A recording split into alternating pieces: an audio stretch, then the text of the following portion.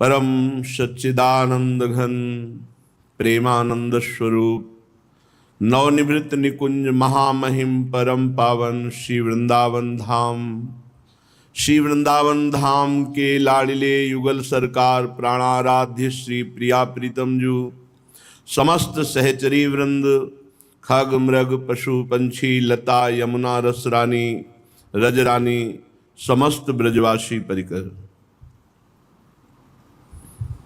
मन की दो ही वृत्तियां हैं जिनसे असत संसार को सत मानकर चिंतन किया जाता है, रागात्मक या द्वेषात्मक, अनुकूल या प्रतिकूल, जिसमें सुख या दुख, हर्ष या शोक की अनुभूति होती है। पूरा जीवन इन्हीं द्वंद्वों में व्यतीत होता है। अगर साधक सावधान ना हुआ, निरंतर राग द्वेष से वृत्ति को हटाना है और प्रभु में लगाना है। चित्त वृत्ति को एक एक चुन चुन कर प्रभु के नाम में अर्पित करना है।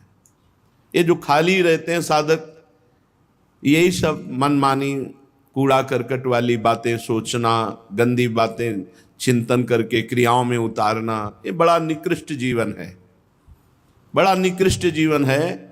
परमार्थ का पथिक हो करके गंदी बातों का चिंतन करना, गंदी क्रियाओं के लिए अंदर उत्साह रखना, ये बहुत निकृष्ट जीवन है। इस निकृष्टता से हमको ऊपर उठना है। हमारी प्रार्थना मान लीजिए, हम बहुत अनुभव की बातें महापुरुषों की कह रहे हैं, जब तक आप बार बार मन को राग द्वेष वृत्ति से हटा करके प्रभु में नहीं लगाएंगे, तब तक कोई साधना का फल आपको नहीं मिलेगा। ये हमारी बात मान लीजिए।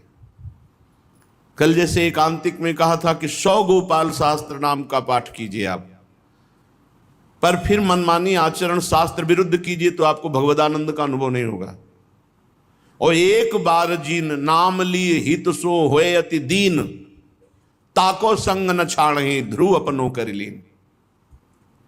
अगर दैन्य होकर अपनापन, अहमता ममता श्री जी के चरणों में समर्पित करके एक बार राधा, ये बहुत बड़ा काम आपका बना देगा, बहुत बड़ा काम। आप बाहरी पाठ किए, बाहरी भागवती क्रियाएं किए, आंतरिक चिंतन नहीं संभाला और क्रियाएं गंदी करते रहे, तो बस ठीक ऐसा ही परिणाम समझो जैसे चलनी में गाय दुहने वाले को कभी दूध पीने को नहीं मिलता। ऐसे ही भागवतिक साधन कर रहा है पर असाधन बड़े जोर का है तो उसे भगवदानंद का अनुभव नहीं होगा। ये हमारी प्रार्थना मान लीजिए, खाली रहना ही मृत्यु है। मार देगा कहीं न कहीं, कोई न कोई वासना में फंसा देगा मन हमारा। नाम चलाते रहे, कैसे भी हम पापी रहे हों, कैसे भी हम निकृष्ट आचरण वाले रहे हों, नाम पकड़ लिया तो जो दुर्लभ गति है वो सब सुलभ हो जाएगी। बस यही बात नहीं साधक पकड़ पाते। बाहरी दौड़ भाग में बहुत विश्वास है, आंतरिक नाम चलाने में चूंकि मन राजी नहीं है इस बात पर, क्योंकि मन को अधीन होना पड़ेगा। अगर नाम का चक्र चल पड़ा तो वासनाओं का चक्र भस्म हो जाएगा, जो हमें जन्म मृत्यु के चक्र में डालता है। नाम हमारी प्रार्थना मान लीजिए, हमारे हृदय की बात मान लीजिए। जो परेशान साधक है उनका कारण है खाली रहना। महाभागवत हनुमान जी महाराज बहुत विचार पूर्वक कह रहे हैं, खूब चौपाई सबको याद है। कह हनुमंत विपति प्रभु सोई, विपति प्रभु सोई, जब तब सुमिरन भजन न होई। हे प्रभु, वही विपत्ति है जिस क्षण आपका भजन नहीं किया जाता, आपका सुमिरन नहीं किया जाता। सेवा और सुमिरन से जो रहित क्षण है, समय है, वही मृत्यु है, वही हानि है। हानि हरिवंश के नाम अंतर पड़े, लाभ हरिवंश उच्चरत बानी। बार बार सबको सुन सुनकर ये कंठस्थ हो गया होगा कि नाम बाणी जहां श्याम श्यामा तहां, नाम बाणी सुनत श्याम श्यामा सुबस, नाम बाणी निकट श्याम श्यामा प्रगट। तो नाम बाणी से बिलक क्यों हो? या तो नाम चल रहा है या तो लीला गायन चल रहा है, खाली क्यों हो? प्रायः साधक खाली रहता है, प्रायः 100 में 2-4 की बात नहीं कहते। नहीं, खाली रहने का मतलब है प्रपंच चिंतन, खाली रहने का मतलब राग द्वेष का चिंतन, खाली रहने का मतलब है माया के जाल में अपने आप को फंसाना। इस बात को क्यों साधक नहीं समझता? क्योंकि मानसिक चलेगा तो अपने लोगों को पहचान है, नेत्र में नेत्र पड़ते ही कैमरा खिंच जाता है कि हाँ चल रहा है। खाली जीवन व्यर्थ जीवन है। क्यों अपने जीवन को क्यों नष्ट कर रहे हो? वृंदावन बसिकै इतनो बड़ो सयान, जुगल चरण के भजन बिन निमिष न दीजय जान। एक पल भी समय नहीं जाना चाहिए भजन के बिना।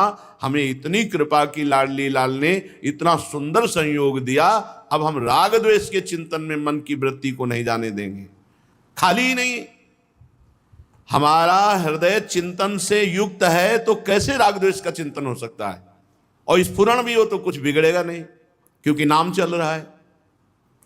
इसलिए मौन का अधिकतर आश्रय लो, सात्विक भोजन करो, शरीर को खूब थका दो, व्यायाम प्राणायाम सेवा आदि के द्वारा गाढ़ निद्रा में 3-4 घंटे बस, हर समय रात्रि में 4 घंटे बस से शयन करो, उठ के बैठ जाओ, भजन करो। पर्याप्त है, 4 घंटे पर्याप्त है, बहुत अधिक है। इंद्रियों की स्वस्थता के लिए 4 घंटे विश्राम बहुत, 24 घंटे में। जब 20 घंटे भजन करोगे तो तुम्हारे हृदय में ऐसे ऐसे अमृत की वर्षा होगी कि आप खुद निहाल हो जाओगे। नामामृत, रूपामृत, लीलामृत,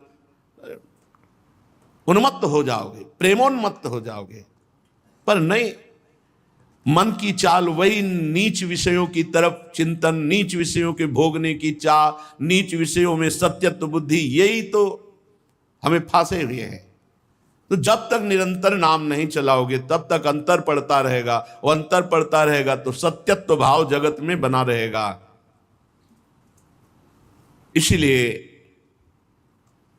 महापुरुष जन कह रहे हैं, अभी शुष्क फलादि भक्षयन क्षुधितो निर्झर वा विवम तृषा, गिरिराज गुहास विश्रामो बस वृंदा विपिने सुखम सखे। अय मित्र, जो रूखा सूखा फल पत्र पुष्प जो भी जहां जैसे अपने उदर में डाल लो, खूब राधा राधा राधा राधा रटो। शरीर को जहां भी शयन करने को मिले, जैसे मिले, वृंदावन का आश्रय ले लो, वृंदावन का वास स्वीकार कर लो। कह रहे गुफा में, कहीं किसी मंदिर में, कहीं भी पड़ रहे, जो रूखा सूखा मिले खा ले, रात दिन भजन करे। मरना है यार, जाना है यहां से, आज नहीं तो कल जाना है, जाना है ना। यहाँ किसी की जागीर थी ना, यहाँ है न किसी की रहेगी। ये सब व्यर्थ का केवल कल्पनात्मक है, केवल कल्पनात्मक है, कुछ नहीं तुम्हारा। यहां से मरोगे तो शरीर नहीं जाएगा, करोड़ कहां से तुम्हारे साथ चले जाएंगे। नाम जब जितना कमा लोगे वो तुम्हारे साथ जाएगा। अब शुष्क फलादि भक्षयन, रूखा सूखा जो ज्यादा इस रसेंद्री को, जलेबी इमरती ये वो, मरोगे। मछली कांटे में फंसे हुए चारे को देखती, कांटे को नहीं देखती। बड़ी प्रसन्न होकर जब वही ऐसे चारे को, कोई कांटा उसके, क्योंकि कांटे में चारा है। मछली को चारा दिखाई देता है, कांटा नहीं। ऐसे ही भोगों में ये स्वाद जो है दिखाई दे रहा है, लेकिन भोगों में जो कांटा है वो तुम्हें नहीं दिखाई दे रहा है। विषय चुगा जिन चुगय मन, कछुक चुगत सुख होए, फिर फांसी ऐसी ले। फिर देखो मछली को तड़पती है, निकाल करके उससे फिर मार डालते हैं। ये विषय पूरा जीवन बर्बाद कर देते हैं। जो निर्विषय चित्त में परमानंद का उदय होता है, वो नाना प्रकार की भोग सामग्रियों से कभी भी किसी को नहीं हो सकता। जितना भोगोगे उतना ही तृष्णा पिशाचिनी तुम्हारा गला दबा देगी। और भोगो और भोगो और भोगो, मर जाओ भोगते हुए, फिर भी तृप्ति नहीं। इसलिए अपशुष्क फलादि भक्षयन, क्षुधितो, भूख लगे तो भगवान की व्यवस्था के अनुसार जो रूखा सूखा मिले खा लो, नींद लगे जहां जैसी व्यवस्था है वैसे शयन कर जाओ, चेतना में हर समय नाम जप करते रहो। बस वृंदा विपिने सुखम सखे, हे सखे यदि वृंदावन का आश्रय वास स्वीकार है तो परम सुख को प्राप्त हो जाओगे। तुम कैसे हो वृंदावन ये नहीं देख रहा। धर्माभासोप्य नहीं में नैव पापाच्य भीति, पाप करने से कभी भयभीत नहीं हुआ, धर्म का भास भी नहीं है, धर्म पालन करना तो जाने दो, धर्माभास भी नहीं है, पाप करने से कभी डरा नहीं। ना श्री कृष्णे रतिरपि, कभी भगवान श्री कृष्ण का नाम, उनके चरणों का चिंतन, कभी लीला कथा कभी नहीं। नामे सौहृदम सत्यमेशु, और संतों से कभी संग नहीं किया। यदि ऐसा पुरुष भी वृंदावन का वास स्वीकार करके राधा राधा रटे, किंत्वन्त्यंताहत जन मिमस्व प्रविष्टम कथंचित ज्ञात्वात्यंता गति मवकृत स्वक्रियम यन्न से चेत। यदि ऐसा पुरुष भी जिसमें धर्माभास नहीं है, मनमानी पापाचरण करने में डर नहीं है, कभी भगवान श्री कृष्ण की कथा नहीं सुनी, नाम जप नहीं किया, भगवान का चिंतन नहीं किया, संतों का संग नहीं किया, ऐसा पुरुष भी यदि वृंदावन का आश्रय और वास स्वीकार करके राधा राधा राधा ऐसा रटे, तो कह रहे अब उसको कुछ करना बाकी भी नहीं रह गया। इसी से श्री धाम वृंदावन स्वीकार करके प्रिया प्रीतम की प्राप्ति करा देगा। श्री वृंदावन धाम नित्य चिदानंदमय है, और हमारा वास करते हुए भी अपराध बन रहा है। देखो, धाम में हम शौच कर रहे हैं, लघु शंका कर रहे हैं, धाम में हम अपने शरीर जनित न जाने कौन कौन सी क्रियाएं कर रहे हैं। तो कह रहे हैं श्री वृंदारण्य नित्यम विहित बहुत राक्षम्य पापा स्वधर्म त्यागी नो वेद गुरुवादिकमपि वचसा वंदित हृदूरः। वृंदावन मैं आप में वास तो कर रहा हूं, पर नित्य ना क्षमा करने योग्य अपराध कर रहा हूं। प्रिया प्रीतम की नित्य रस भूमि में जब हम वास करते हैं तो हमारी दिनचर्या जनित बहुत से अपराध हैं, बहुत से पाप हैं जो हमारे द्वारा हो जाते हैं, जो ना करने योग्य कार्य हैं। मानो जैसे वैष्णव अपराध है, व्यभिचार है, किसी को भी दंड देना है, किसी को गाली गलौज, ये तो रोको, ये तो रोका जा सकता, पर कुछ ऐसे हैं जो स्वाभाविक हो ही जाते हैं।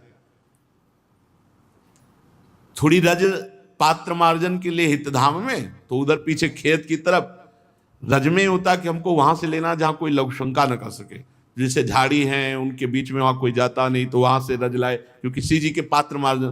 तो जो ही पहला फावड़ा मारा तो 2 खन खजूर, 4 हो गए। तो हम कहा हे भगवान, ये बहुत बहुत पीड़ा हुई। फिर हम कहा इसमें हम कोई दूरबीन लिए थोड़ी देख रहे थे, अब हम तो रज के लालच से रज लिया और वो वहां छुपे हुए रज में। तो ऐसे अपराध बन जाते हैं। जैसे अब वर्षा का समय था, टार्च रखते नहीं थे, मस्ती से पद गुनगुनाते चले आ रहे, नीचे से पच्च से आवाज आई। अब ऐसे बहुत गौर से देखा तो एक मेढक फैला मिला। हम कहा हे भगवान। तो अब उस दिन से छोटी सी टार्च जो है मांग कर व्यवस्था की कि भाई टार्च तो कम से कम पैर के नीचे क्या है तो दिखा। कई ऐसे अपराध हैं जो अनजाने में बिल्कुल ना चाहते हुए बन जाते हैं। और धाम में बहुत बड़ी बात है, किसी भी धाम के जीव को किसी भी, जैसे कोई कहता है हम धाम से तुलसी ले जाएं तो मना करते हैं, धाम से मत ले जाना, बाहर से लाके धाम में लगा दो, बहुत बड़ा लाभ मिलेगा। लेकिन धाम से तुलसी की आप दिल्ली ले जाओ, यहां से नहीं, यही ब्रज के अंतर्गत रखो तो चलेगा, धाम से मत ले जाओ, तुलसी जी को मत ले जाओ। बढ़िया तुलसी वृंदावन से हम बाहर दिल्ली कलकत्ता ले जाओ, नहीं नहीं नहीं। धाम की किसी भी लता को, धाम के किसी भी जीव को आप बाहर मत कीजिए, बाहर मत कीजिए। जैसे अब यहां हम किसी पशु पक्षी को पकड़ लें, चलो बाहर, नहीं, ये सब भजन करके यहां प्राप्त हुए जीव जंतु के रूप में, बहुत सावधान, किसी को कष्ट न हो। अहाहा जाता अपराधो मुहुरपि भगवत भक्ति रत स्वाश्रयम त्वाम। हा हाय हाय मेरे से अपराध बन जाता है, वृंदावन धाम ना क्षमा करने योग्य अनेक प्रकार के पाप बन जाते हैं। मैं आपके चरण कमलों को छोड़ करके अन्य कोई आश्रय ले नहीं सकता, इसलिए हाय हाय हाय हाय मन पश्चाताप करता हूं। भक्ति परायणता प्राप्त करने के लिए, भगवत प्राप्ति के लिए आप मेरे इन अपराधों को क्षमा कीजिए। आप ही केवल मेरे आश्रय दाता हैं। हे वृंदावन धाम, मेकम ज्ञात्वा श्रितोहम त्वयि च भवदघा किम करोमि क्वा यामि। मैं कहीं जा सकता नहीं, अब कुछ कर सकता नहीं, जो कुछ ऐसे अपराध हैं तो हे वृंदावन धाम आप क्षमा कीजिए, मैंने आपका आश्रय लिया है। जो जिसका आश्रय ले लेता है वही संपूर्ण भार स्वीकार कर लेता। हमारा आश्रय वृंदावन धाम ने ले लिया, हम सब वृंदावन धाम के आश्रित है। जानबूझकर कोई पाप न करें, कोई धर्म विरुद्ध आचरण न करें। शेष जो हमारे द्वारा ऐसी गलतियां त्रुटियां हो जाएंगी वो धाम अपनी कृपा से सहज में क्षमा करेगा। हमें जानबूझकर किसी जीव को पीड़ा नहीं पहुंचानी, पर कई परिस्थितियां ऐसी हमने देखी, वो परिस्थिति में कुछ उपाय नहीं, वो होगा जो हो रहा है होगा, कोई उपाय नहीं है। वर्षा के दिनों में जैसे ये लाइट पड़ती है तो बहुत से कीड़े रास्ते में हो जाते हैं। जब परिक्रमा लगाते थे तो केसी घाट में लाखों कीड़ा। अब आप कितना पैर बचा के चलो, हमें लगता है केसी घाट पार करने में 200-400 तो मर ही जाएंगे। वो ऐसे लंबी लंबी पूंछ वाले, वो ऐसे बहुत कुछ ऐसे अपराध हैं जिनको रोका ही नहीं जा सकता, तो उनके लिए हाय हाय क्षमा कीजिए। हे वृंदावन धाम, हम आपकी शरण में, आप हमारे आश्रयदाता है। परीक्षित जी ने श्री सुखदेव जी महाराज से पूछा, आपने इन नरकों का वर्णन सुनाया, तो इन नरकों में क्या सब पापियों को दंड भोगना पड़ता है या कुछ पापियों को, या इन नरकों में ना जाना पड़े, ऐसा कोई उपाय? भगवान श्री सुखदेव जी ने कहा, परीक्षित कर्म 3 प्रकार के होते हैं। एक होता है अशुभ कर्म जिसे पाप कहते हैं, एक होता है शुभ कर्म जिसे पुण्य कहते हैं, और एक होता है शुभ अशुभ दोनों से मिश्रित, पाप पुण्य से मिश्रित। तो जो शरीरधारी है वो एक क्षण भी कर्म किए बिना नहीं रह सकता, और जो कर्म करेगा चाहे शुभ हो या अशुभ हो या शुभ अशुभ मिश्रित हो, पाप हो या पुण्य हो या पाप पुण्य मिश्रित हो, उसे अवश्य उसका फल भोगना पड़ेगा। तो कोई उपाय नहीं है कि नरक ना जाना पड़े। पाप कर्म बन गया, अब उसके परिणाम भोगना ही पड़ेगा, कोई उपाय नहीं कि बचा जा सके। तो कहा एक उपाय है प्रायश्चित, उस पाप का सम्यक प्रायश्चित कर लिया जाए। सम्यक माने पूर्ण रूप से शास्त्र गुरु सम्मत प्रायश्चित कर लिया जाए, तो वो पाप यहीं नष्ट हो जाएगा और आपको नरक नहीं भोगना पड़ेगा। तो कहा कि पाप नष्ट करने के बहुत से अनुष्ठान हैं, तीर्थ याटन आदि बहुत से साधन हैं, पर तप आदि के द्वारा, तीर्थ यातन आदि के द्वारा पाप नष्ट होते हैं, पर पाप की प्रवृत्ति नष्ट नहीं होती। तो जैसे हाथी का स्नान हुआ, बाहर निकला, धूल डाल दिया, तो इस स्नान का फल क्या? वो फिर वैसे ही गंदा हो गया। तो ऐसे ही प्रायश्चित किया और फिर पाप किया तो मतलब क्या रहा? इसलिए पाप की प्रवृत्ति नष्ट हो तो पूरा पाप का प्रायश्चित माना जाता है। तो बोले उसका उपाय क्या है? बोले उसका उपाय है एकमात्र भगवान का आश्रय लेकर भगवान का नाम जप करना। नाम में बड़ी अपार सामर्थ्य है। इस प्रसंग में अजामिल का चरित्र सुनाया श्री सुखदेव जी महाराज ने परीक्षित को। एक अजामिल नाम का ब्राह्मण कन्नौज में रहता था। अपने पिता की आज्ञा, शास्त्र सम्मत आचरण, ब्रह्मचर्य का पालन, बड़े धर्मात्मा प्रवृत्ति से रह रहा था। एक दिन अपने पिता की आज्ञा से वो समिधा लेने के लिए जंगल गया, तो वहां देखा एक वैश्या किसी नीच पुरुष के साथ वो विविध प्रकार से स्त्री सहवास आदि की क्रीड़ाएं कर रहा है। अजामिल ने जब देखा तो काम वेदना से युक्त हो गया, बहुत चेष्टा की अपने को संभालने को। इसीलिए साधक को शास्त्र में लिखा हुआ है पशु पक्षियों को भी मैथुन करते हुए नहीं देखना चाहिए। अगर एक बार दृष्टि पड़ जाए तो दृष्टि हटा लो। फिर मोबाइल में अगर कोई सर्च करके गंदी बातें देखेगा तो वो साधक बना रहे, ऐसी संभावना नहीं। वो साधक बना रहे ऐसी संभावना नहीं, वो भ्रष्ट हो जाएगा। कोई मिले ना मिले वो अकेले ही भ्रष्ट हो जाएगा।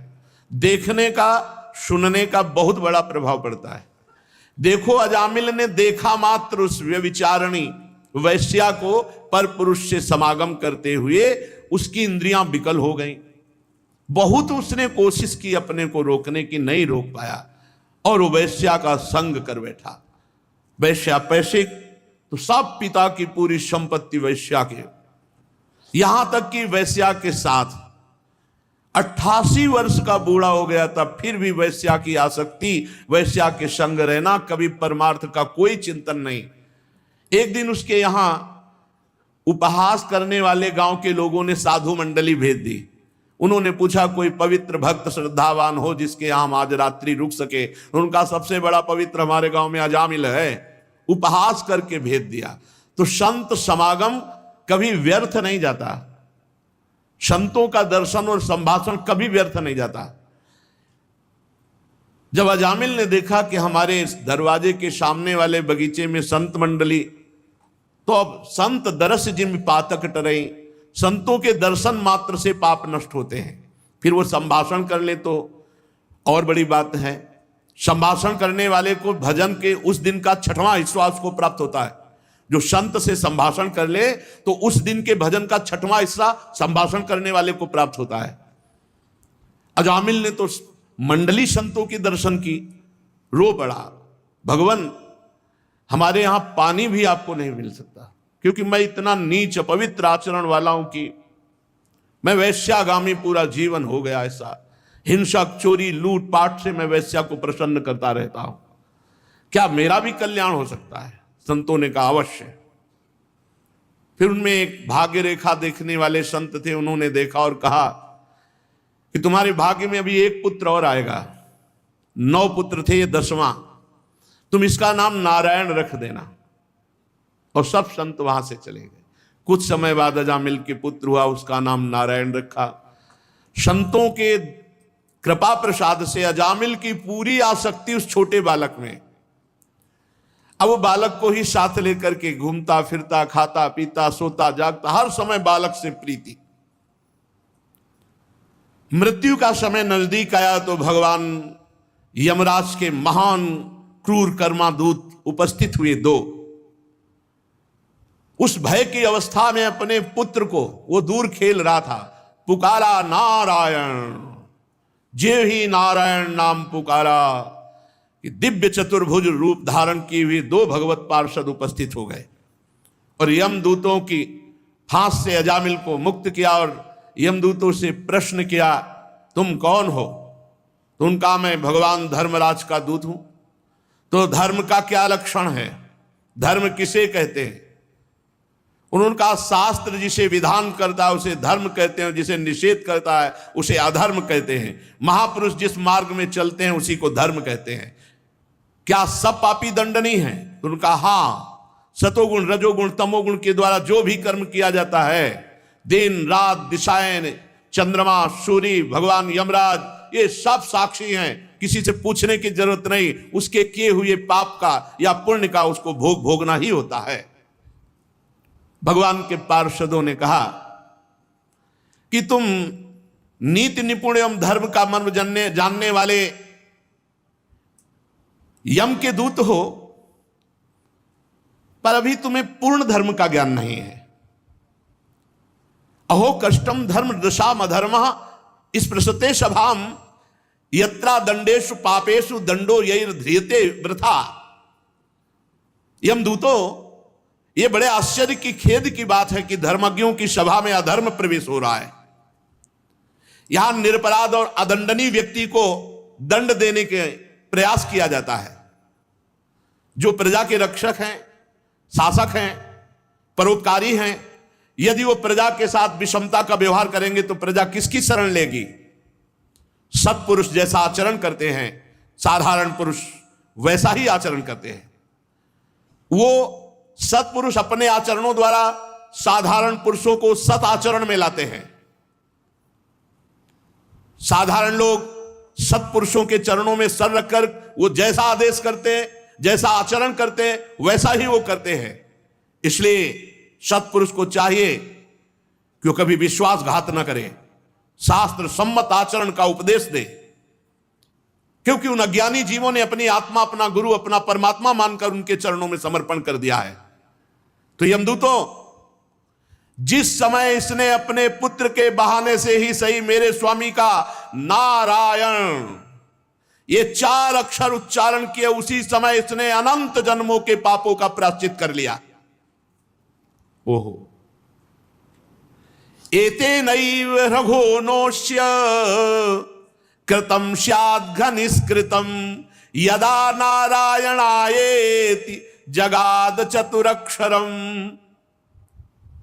यमदूतों, जिस समय इसने अंतिम समय में पुकारा नारायण, उसी समय इसने अनंत जन्मों के पापों का प्रायश्चित कर लिया, अनंत जन्मों के पापों से मुक्त हो गया।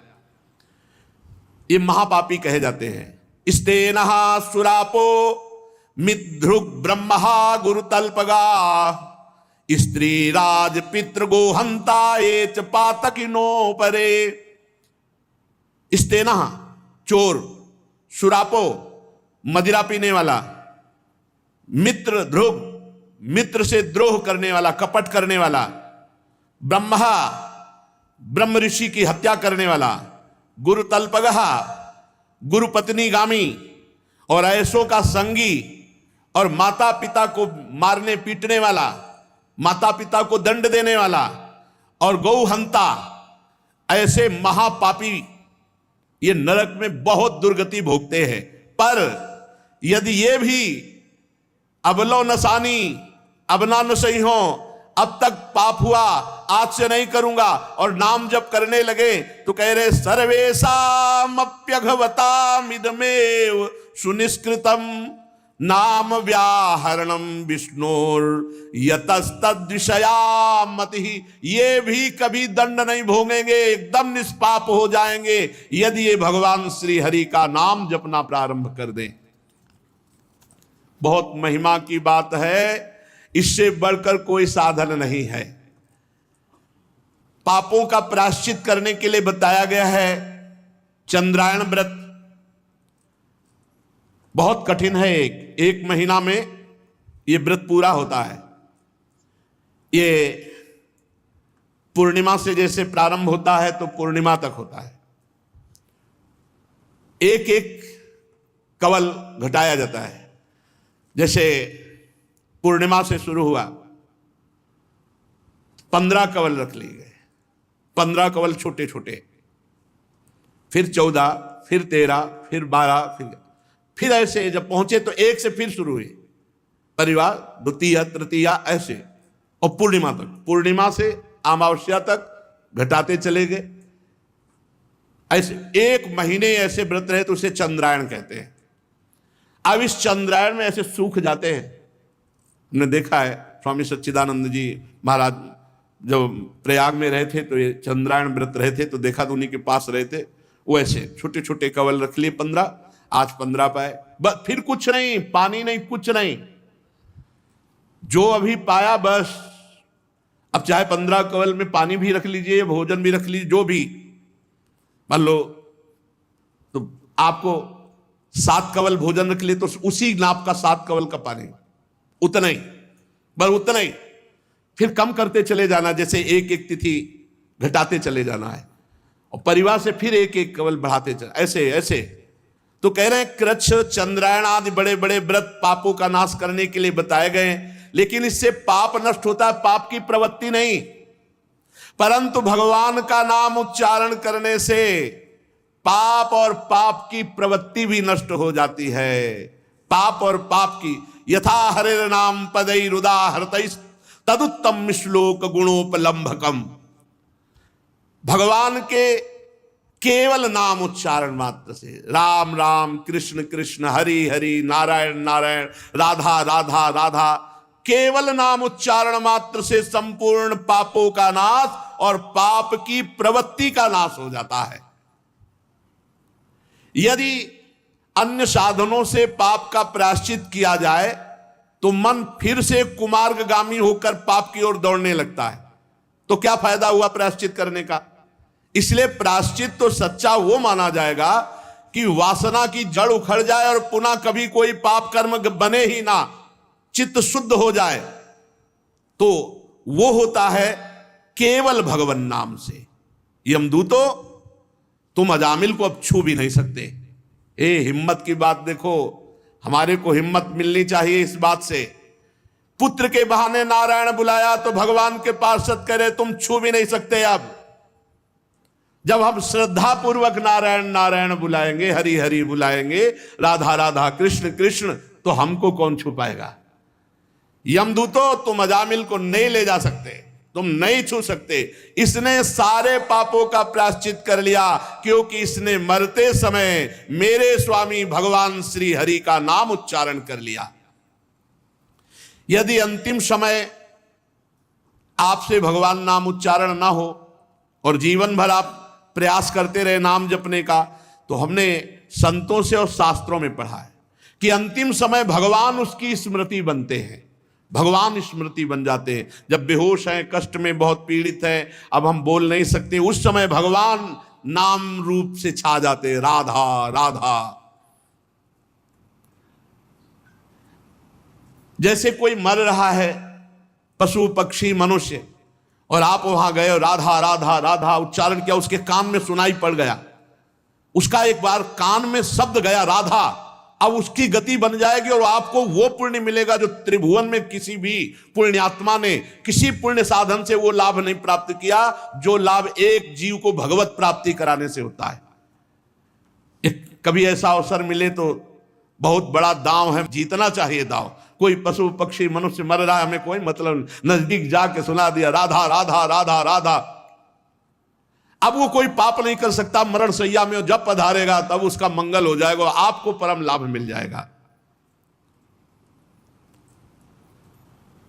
बड़े बड़े महात्मा पुरुष ये जानते हैं कि सांकेत्यम पारिहास्यम वा स्तोभम हेलन में वा वैकुंठ नाम ग्रहण मशेषाघ हरम विदुः।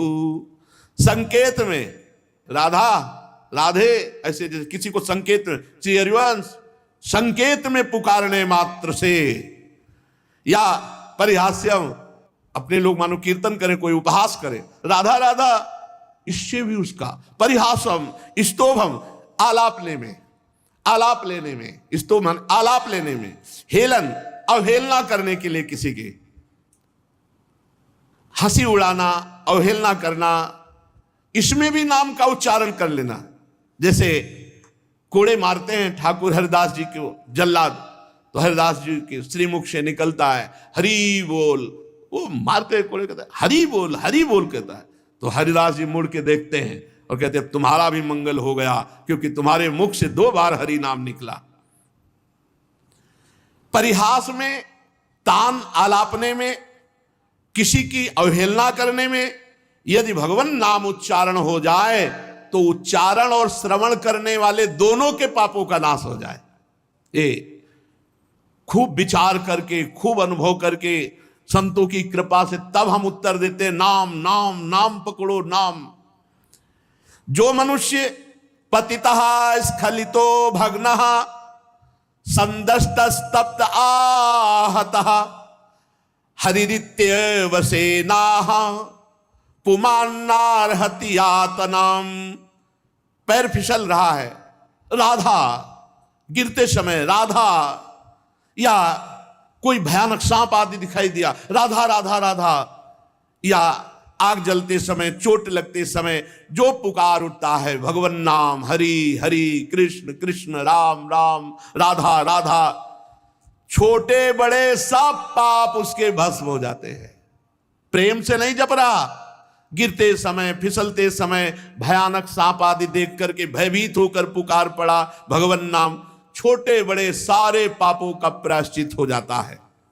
इसमें संदेह नहीं कि तपस्या, दान, जप, तीर्थ स्नान और भी अनुष्ठान, ये पापों को नष्ट करते हैं, इसमें संदेह नहीं, नष्ट करते हैं, पर पापों को नष्ट कर देते हैं, पर मलिन हृदय को नहीं। मलिन हृदय ये नाम जप से शुद्ध होता है, भगवान के चरणों की सेवा से और भगवान के नाम जप से जैसा हृदय शुद्ध होता है वैसा किसी तीर्थ स्नान, दान, पुण्य, तपस्या, अन्य साधनों से नहीं। यमदूतों जैसे जान या अनजान में अग्नि का स्पर्श हो जाए तो अग्नि जला देती है, वैसे ही श्रद्धा से, अश्रद्धा से, जान से, अनजान से कैसे भी भगवान के नाम का उच्चारण किया जाए वो सारे पापों को भस्म करके भगवत प्राप्ति करा देता है। ये नाम का प्रभाव है। जैसे कोई परम शक्तिशाली अमृत को गुण जानकर पिए या अनजान में पी जाए तो अमर ही हो जाएगा, ऐसे तुम जानकर महिमा नाम की जपो या अनजान में भी ऐसे ही राधा राधा, आप परम अमृत पद के अधिकारी हो जाएंगे। नाम अपना फल देकर ही रहेगा, वो तुम्हारी श्रद्धा की बिल्कुल भावना नहीं रखता। जैसे अमृत है, विष है, अग्नि है, अपना प्रभाव दिखाता है, ऐसे ही नाम अपना प्रभाव दिखाता है। भाव कुभाव अनखाल सहु, नाम जपत मंगल दिश दशहु। हरिहरति पापानि दुष्ट चित्तैरपि स्मृतः, अनिच्छापि संस्पृष्टो दहत्येव हि पावकः। दुष्ट चित्त पापी मनुष्य यदि ये महिमा सुन ले और उच्चारण करने लगे श्री हरि श्री हरि श्री हरि, तो जैसे अनजान या अनिच्छा से स्पर्श करने पर अग्नि जलाती है, वैसे ही भगवान श्री हरि का नाम समस्त पापों को जला देता है। कभी ये नहीं सोचना चाहिए कि हमारा मन लगता नहीं है, आग को छुओ मन लगा के तो जला देगी, बिना मन लगाए छू जाए तो जला देगी, कोई दूसरा अचानक छुआ दे तो जला दे। नाम का श्रवण, नाम का कीर्तन सारे पापों को भस्म कर देता है। श्रद्धा श्रद्धा, भाव को भाव, जैसे भी बने नाम जप।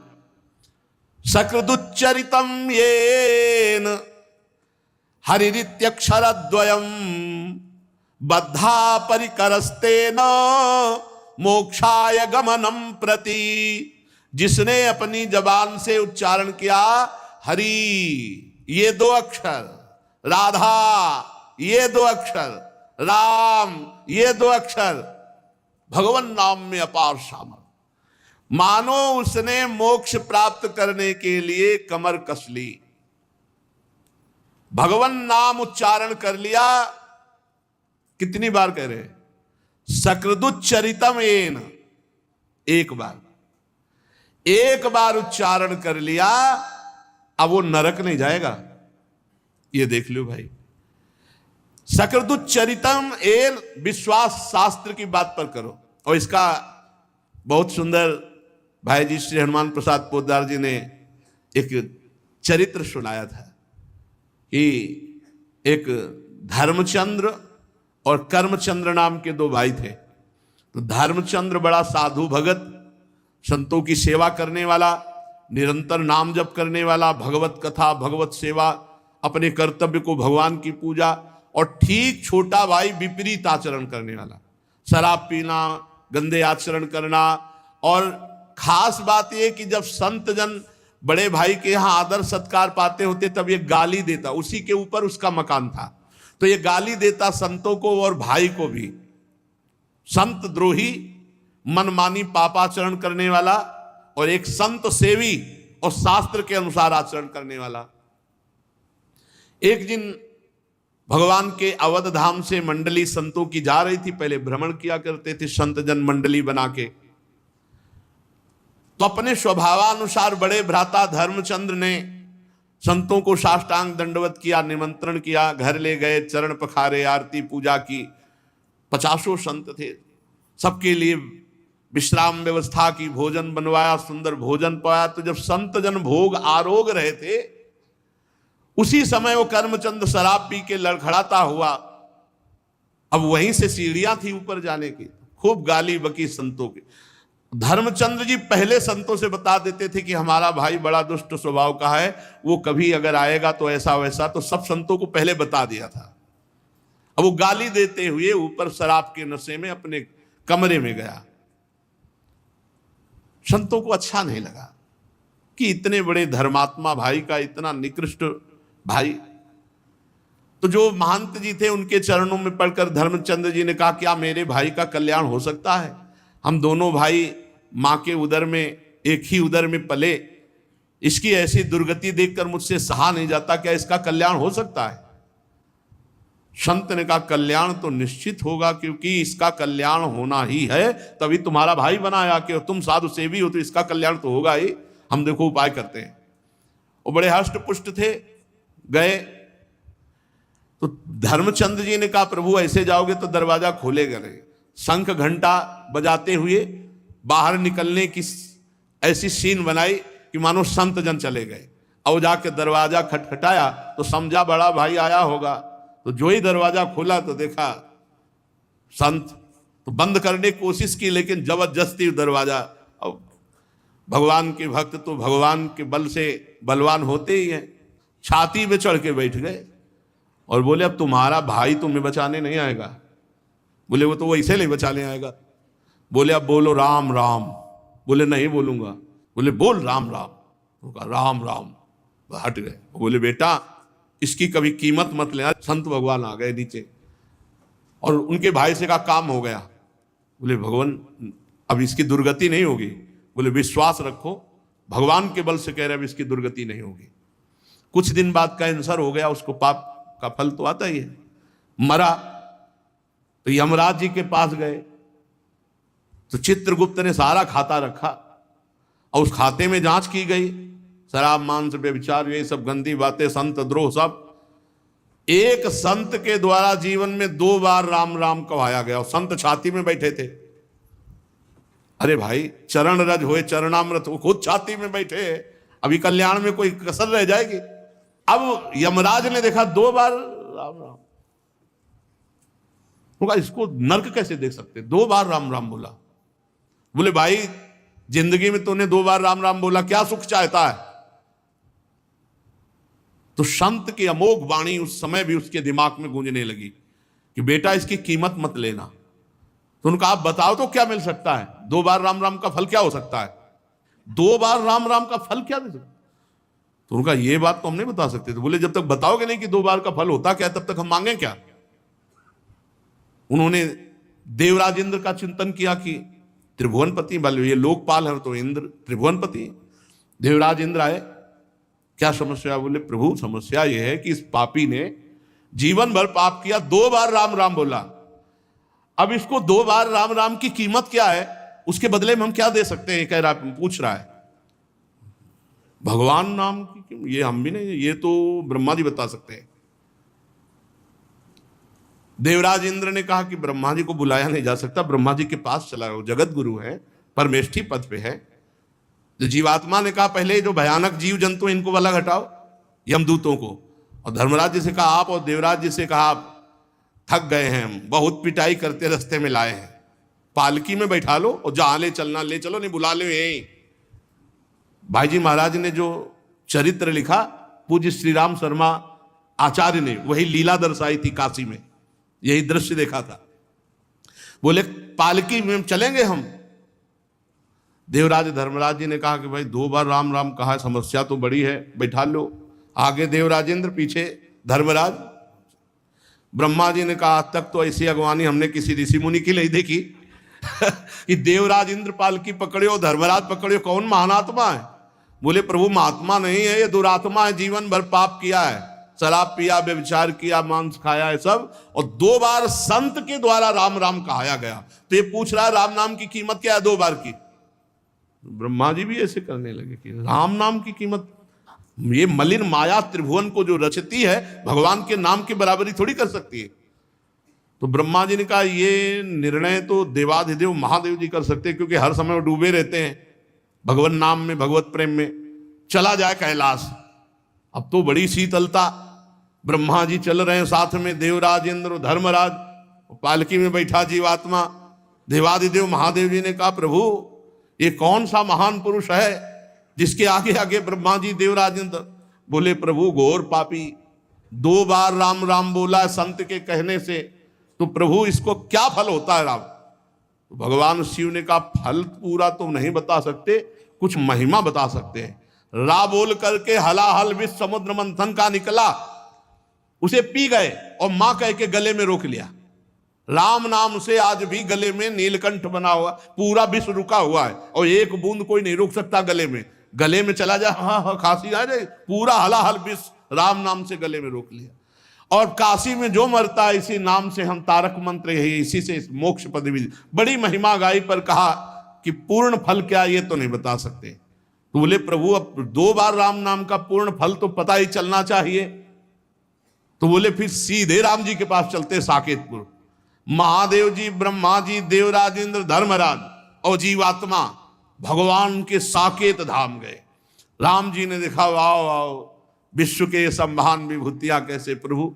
बोले प्रभु समस्या है कि जीवात्मा महान पापी, ये 2 बार आपका नाम लिया राम राम संत के कहलाने से। भगवान ने कहा पहले लाओ इसको हमारी गोद में बैठा लो। भगवान साकेत धाम में सियाजू पार्श्व में विराजमान, हनुमान जी चरणों में, और उस जीवात्मा को अपनी गोद में बैठा ला और कहा भाई कोई तपस्वी आज तक ऐसा नहीं देखा जैसा आप लोग लाए हो इसको, और आज ये हमारी गोद में बैठा है। हम सब तपस्या साधनाओं का फल दे सकते हैं, लेकिन ये तो महिमा देख लो, लेकिन महिमा पूरी क्या है राम नाम की कीमत ये हम भी नहीं कह सकते। कहूं कहां लगी नाम बड़ाई, राम न सकही नाम गुण गाई। भगवान ने कहा इसे साकेत में छोड़ दो जाओ, और सब वापस हो गए। लेकिन 2 बार राम राम कहने वाला भगवान के साकेत धाम में वास किया। तो यहां कह रहे सकृदुच्चरितम येन हरिरित्यक्षरद्वयम बद्धा परिकरस्तेन मोक्षाय गमनम प्रति। एक बार ये बोल दिया हरि राधा राम कृष्ण कुछ भी भगवान नाम।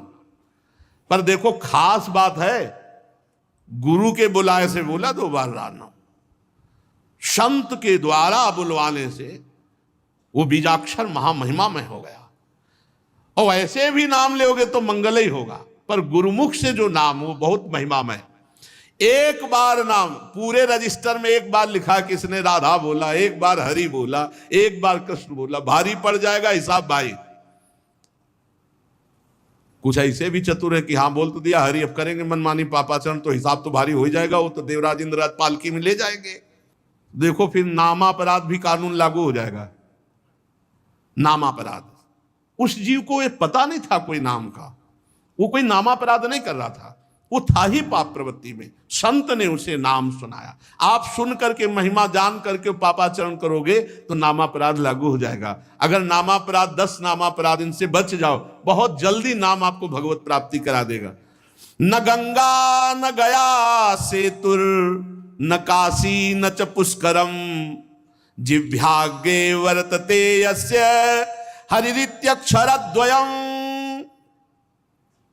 जो अपनी जिह्वा से 2 अक्षर उच्चारण करता रहता है, राधा राधा राधा, हरि हरि हरि, राम राम राम, कृष्ण कृष्ण कृष्ण, वो गंगा नहाए या ना नहाए, काशी जाए या न जाए, सेतुबंध जाए न जाए, पुष्कर जाए न जाए, कोई आ सकता, सब तीर्थों का फल उसको प्राप्त है। न गंगा न गया सेतुर न काशी न च पुष्करम जिह्वाग्रे वर्तते यस्य हरिरित्यक्षरद्वयम्। जिसकी जिह्वा के अग्रभाग में भगवान का नाम विराजमान है, उसे किसी तीर्थ करे तो बढ़िया, ना करे तो कोई नियम नहीं कि जाना ही पड़ेगा। ऋग्वेदोथ यजुर्वेदः सामवेदो रथर्वणः अधीतास्तेन येनोक्तम् हरिरित्यक्षरद्वयम्। जिसने हरि हरि कृष्ण कृष्ण राम राम ऐसा उच्चारण कर लिया, उसने ऋग्वेद यजुर्वेद सामवेद अथर्ववेद सब वेदों का पाठ कर लिया। ऋग्वेदोथ यजुर्वेदः सामवेदो अथर्वणः अधिस्तास्तेन येनोक्तम् हरिरित्यक्षरद्वयम्। जिसने हरि हरि राम राम कृष्ण कृष्ण भगवान नाम उच्चारण कर लिया, उसने सब वेदों के स्वाध्याय का फल प्राप्त कर लिया। अश्वमेधादिभिर्यज्ञैर् नरमेधै सदक्षिणै यजितम तेन नोक्तम हरिरित्यक्षरद्वयम। जिसने भगवन नाम उच्चारण कर लिया वो अश्वमेध दक्षिणा सहित संपूर्ण यज्ञों का फल प्राप्त कर लिया। अश्वमेध यज्ञ दक्षिणा सहित करना बहुत बड़े बड़े चक्रवर्ती सम्राटों को अश्वमेधादि आदि लिखा है, और भी यज्ञों का फल। और नरमेधई जो अश्वमेध आदि यज्ञ है इनका दक्षिणा सहित फल उसे प्राप्त हो गया जो नाम जप कर रहा है। वैसे भी भगवान ने कहा यज्ञानाम जप यज्ञोस्मि, यज्ञों में सर्वश्रेष्ठ यज्ञ जप यज्ञ हो। समस्त तीर्थों के अवगाहन का फल, चारों वेदों के स्वाध्याय का फल, समस्त यज्ञों का फल उसे प्राप्त हो गया जो अपनी जिह्वा पर निरंतर नाम जप करता रहता है। प्राण प्रयाण पाथेयम संसार व्याधि भेषजम दुख क्लेश परित्राणम हरिरित्यक्षरद्वयम। आहा, इस संसार से जब हमारा शरीर छूटकर जाएगा तो रास्ते का जो खर्चा है और जो हमें परलोक में महान सुख प्रदान करने वाला है वो केवल भगवान नाम है। ये तुम्हारा बैंक बैलेंस सोना चांदी ये सब नहीं जाएगा। प्राण प्रयाण पाथेयम, जब शरीर छूटता है तब शरीर छूटने के बाद जो बढ़िया व्यवस्था होती है वो नाम से होती है। बढ़िया नाम जब किए हुए है तो भगवान के पार्षद आते हैं, दिव्य लोक को ले जाते हैं और भगवान के साथ आनंद भोगता अनंत काल तक। इसलिए कोई भी हो, स्त्री हो, पुरुष हो, बालक हो, वृद्ध हो, मूर्ख हो, पढ़ा लिखा हो, पवित्र हो या पवित्र हो, नाम के लिए कोई ये मर्यादाएं नहीं कि आपको पवित्र होना चाहिए, आपको इतना जवान होना चाहिए, आपको पढ़ा लिखा होना चाहिए, आपको अमुक कुल वाला होना चाहिए, कोई नहीं। इसमें कोई भी हो, पुरुष नपुंसक नारी वा जीव चराचर कोई, सर्वभाव भज कपट तज मोई परम प्री सोई, प्रभु कह रहे। तो यहां यत्र तत्रानुकुर्वन्ति विष्णुर्नामानुकीर्तनम सर्व पाप विनिर्मुक्तास्ते पियांति सनातनम। कोई भी हो जो भगवान श्री हरि का नाम जप करेगा सब पापों से मुक्त होकर परम पद को प्राप्त करेगा। भगवान के नाम में ही एक छूट ऐसी है, इसमें पवित्र और अपवित्र का न देश काल नियम शौचा अशौच विनिर्णय परम संकीर्तना देव राम रामेति मुच्यते। भगवान का नाम उच्चारण आप कहीं भी कर सकते हैं। शौचालय में भी आप अंदर अंदर नाम जप करें। अगर शौचालय में मृत्यु हो गई तो वहां भी। तो अपवित्र और पवित्र इसमें भेद नहीं है नाम में। गच्छस तिष्ठन स्वपन वापी पीवन भुंजन जपस तथा, चल रहे हैं या बैठे हैं, खा पी रहे हैं, हर स्थिति में कृष्ण कृष्णेति संकीर्त मुच्यते पाप कंचुकात। जो अपनी जिह्वा से कृष्ण कृष्ण कृष्ण कृष्ण ऐसा उच्चारण करते सारे पाप नष्ट हो जाते हैं। कृष्णेति मंगलम नाम यस्य वाचि प्रवर्तते भस्मी भवन्ति सद्यस्तु महापातक कोटया। जिसकी जिह्वा श्री कृष्ण श्री कृष्ण श्री कृष्ण ऐसा नाम उच्चारण करती रहती, कोटि कोटि महापाप भस्म हो जाते हैं नाम के प्रभाव से।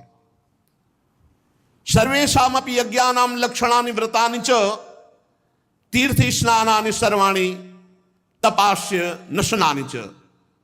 सारे यज्ञों का फल, लाखों व्रतों का फल, संपूर्ण भारत के तीर्थ स्नान का फल, संपूर्ण तपस्या उपवासों का फल, वेद पाठ और पृथ्वी की प्रदक्षिणा, ये सब मिलाए जाए तो भी कृष्ण नाम जापक की समानता नहीं कर सकते।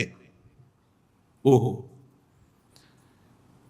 सर्वेषामपि यज्ञानां लक्षणानि व्रतानि च तीर्थ स्नानि सर्वाणि तपास स्नानं च वेद पाठ सहस्राणि प्रादक्षिण्यम भुवा शतम।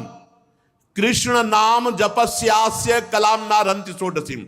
कृष्ण नाम जापक की 16वीं कला के बराबर ये सब नहीं हो सकते। इतनी महिमा भगवान नाम की है। किसी भी तरह से भगवान नाम जपने में हमारी प्रवृत्ति हो जाए, वो चिदात्मा प्रभु को प्राप्त कर लेगा। पाप नष्ट होने की तो बात क्या। श्रुत्वा नामानि, मानो एक जप रहा, कीर्तन कर रहा है, एक सुन रहा है, दोनों को परम गति होगी। बिल्कुल डरने की बात नहीं। सब साधनाओं का सार नाम जप। क्या जाता है धीरे धीरे, पहले वाचिक जप होता है, राधा राधा राधा राधा राधा राधा, फिर उपांशुक होता है, फिर मानसिक होता है। उपांशु जब होने लगे तो समझना चाहिए अंतःकरण काफी पवित्र हो चुका है। फिर मानसिक पकड़ लिया तो फिर मन को परम पवित्र होना ही है। पहले वाचिक शुरू करे। यज्ञ वर्तते नाम तुभ्यम। भगवान शंकर जी पार्वती जी से कहते हैं, हे शिवा, ईशोहम सर्व जगताम नाम नाम विष्णोर ही जापका सत्यम सत्यम बदाम्येव हरिर नान्या गतिर नृणाम। मैं संपूर्ण जगत का स्वामी हूं। हे शिवा, मैं संपूर्ण जगत का स्वामी हूं, पर मैं भगवान का नाम जप करता रहता हूं। मैं तुमसे सत्य सत्य सत्य कहता हूं, भगवान नाम को छोड़कर जीवों के लिए अब और कोई गति नहीं है। नाम जप। वैसे भी सतयुग में ध्यान से, त्रेता में यज्ञ से, द्वापर में अर्चा पूजा से, कलयुग में केवल भगवान नाम से भगवत प्राप्ति। चहु जुग चहु श्रुति नाम प्रभावो, कल विशेष नहीं आनो पाओ। एकादपि एक बार नाम का भी उच्चारण तुम्हारे जीवन को मंगल यात्रा प्रारंभ करा देगा। शुरू तो करो तुम। एक बार भी नाम तुम्हारा कभी व्यर्थ नहीं जाएगा। तुम्हारे जीवन की मंगल नींव, तुम राधा बोले कृष्ण बोले, तुम्हारे मंगल भवन की नींव पड़ गई। अब तुम्हारा जीवन महाआनंदमय हो जाएगा। निरंतर नाम नाम। ये हम ऐसे नहीं, बचपन से सब संतों को देखा, बड़े बड़े सिद्धों को देखा, गंगा किनारे एक से एक सिद्ध ब्रह्मबोध संपन्न महापुरुषों को देखा, नाम नाम नाम। तब दिमाग ने पकड़ पाया कि केवल नाम। वर्तमानम च यत् पापम यद भूतम यद भविष्यति तत्सर्वम निर्दहत्याशु गोविंदानल कीर्तनम।